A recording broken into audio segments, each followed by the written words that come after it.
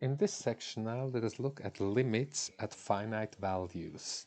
What we mean by that is, for example, we have the function f of x is square root of x, and now we want to know what happens in the surrounding of x0 being 4. So what happens with the function near x0 being 4?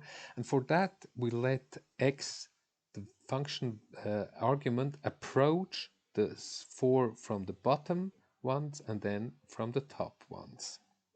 So we start with x being 1, inserting it into the function. We get that the function value is 1.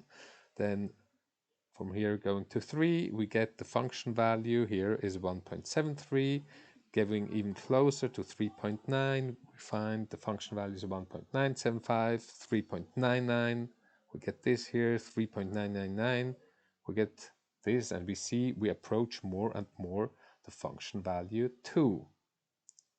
When we do the same thing starting at x equals 9, so approaching the value 4 from above, we start at 9. The function value is 3 here.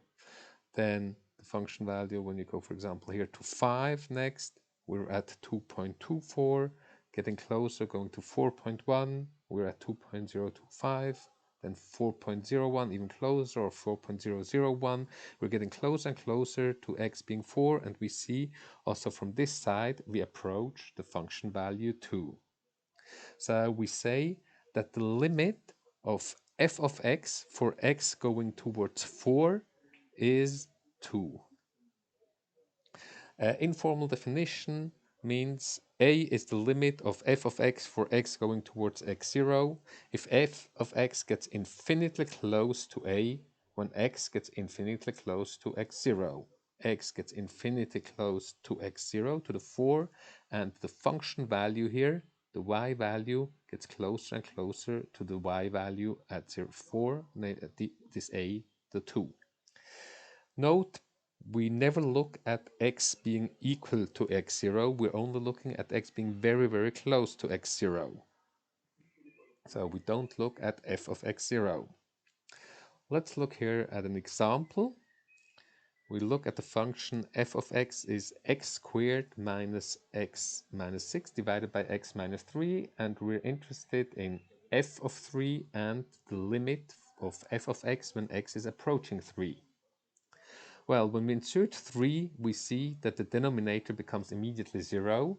So f of x is not defined for x being equal to 3.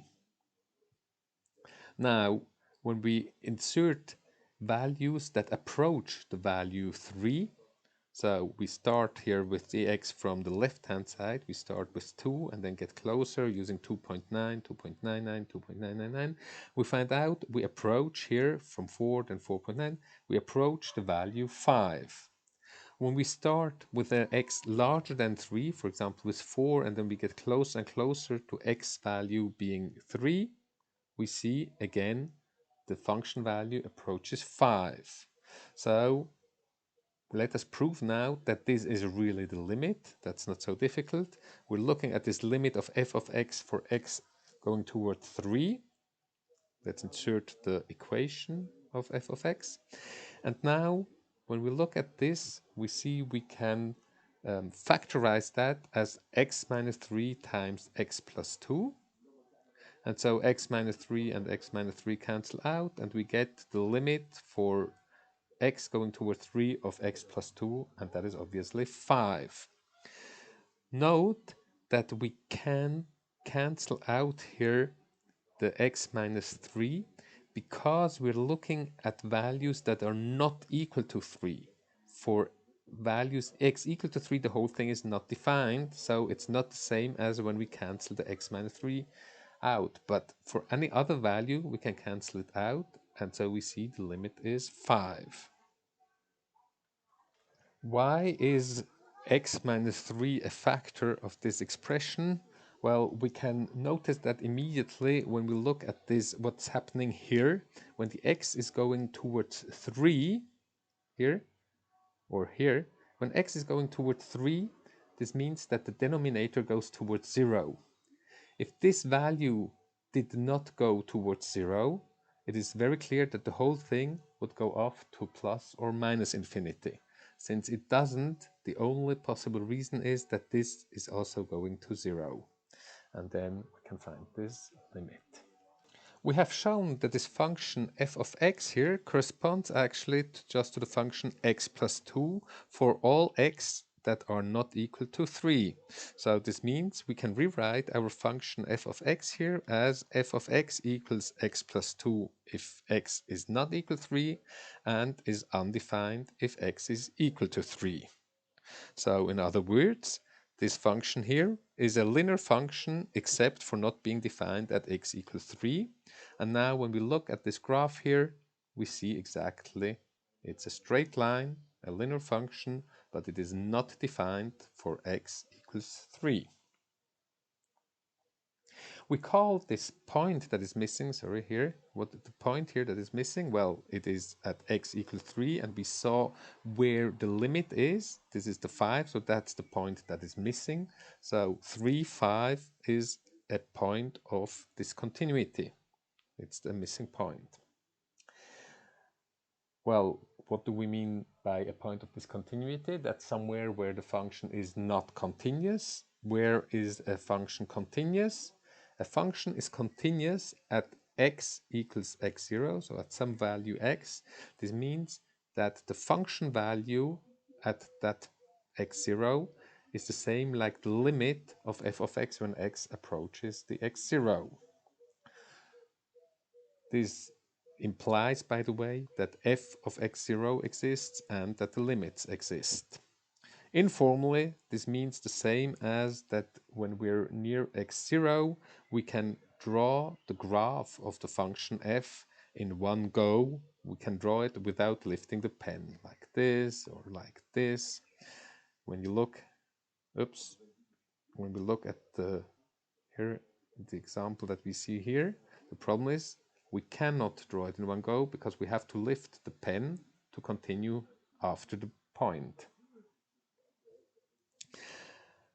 So let us look at a second example, the function f of x being 1 divided by x minus 5 squared, and we want to find the behavior as x approaches 5.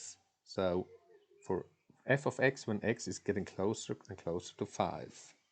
Well, f of 5 is not defined because the denominator x minus 5 squared is 0 when x is 5.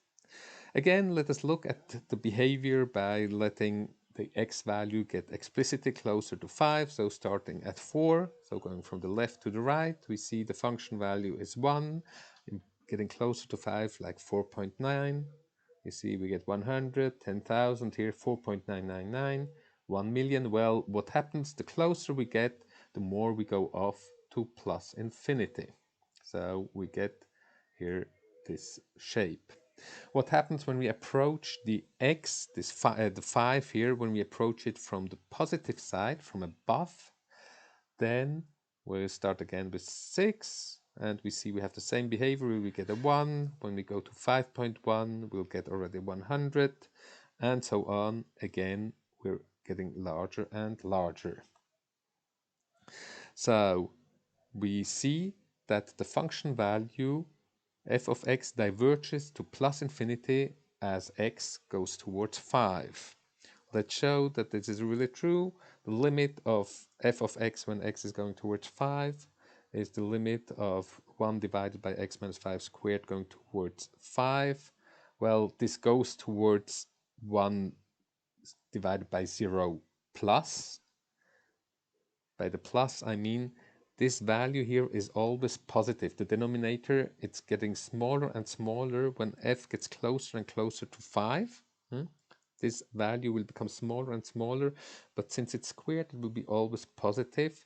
So 1 divided by something infinitely small positive goes off to plus infinity. We see that the graph actually approaches this vertical line here, which is the line x equals 5. By the way, also, when looking at the behavior of the function when x is going to plus or minus infinity, here we see that the function approaches the x-axis, so this straight line y equals 0. Now let us look at example 3.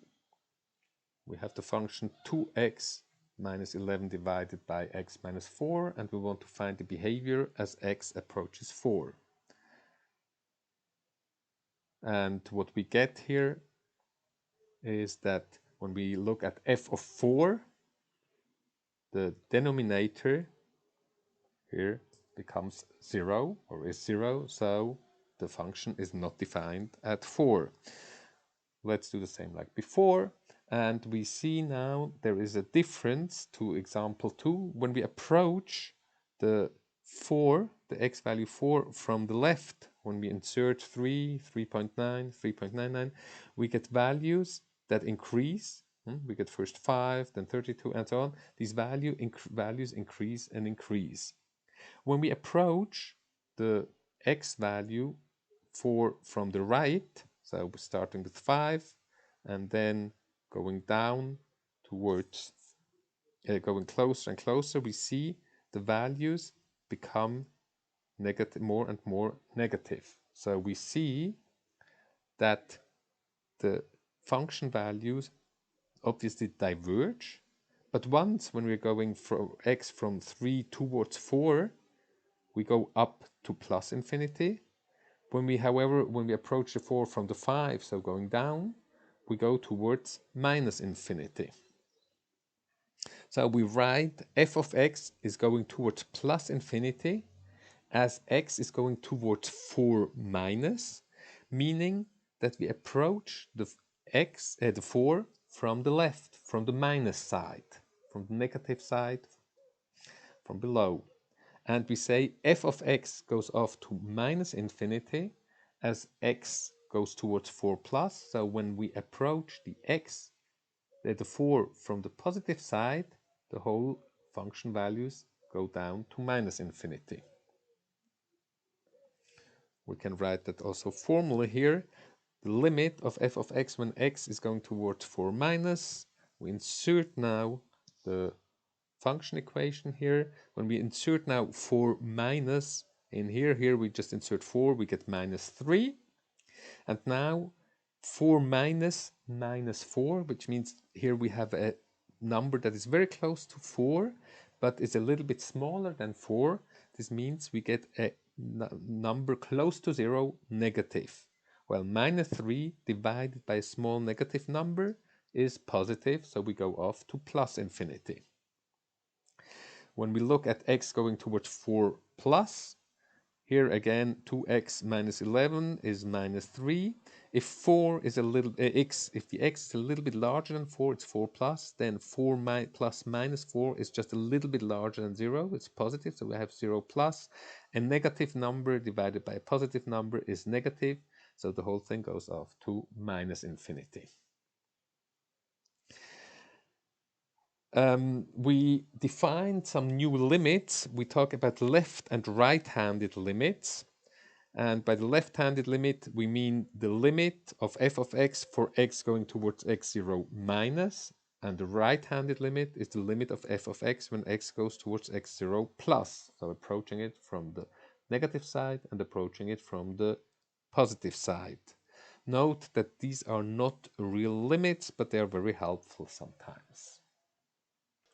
Especially sometimes it's just simpler to find the limit from the left-handed and the right-handed limit, and if they are equal, then they have some value a, then this corresponds to the limit of f of x for x going towards x0.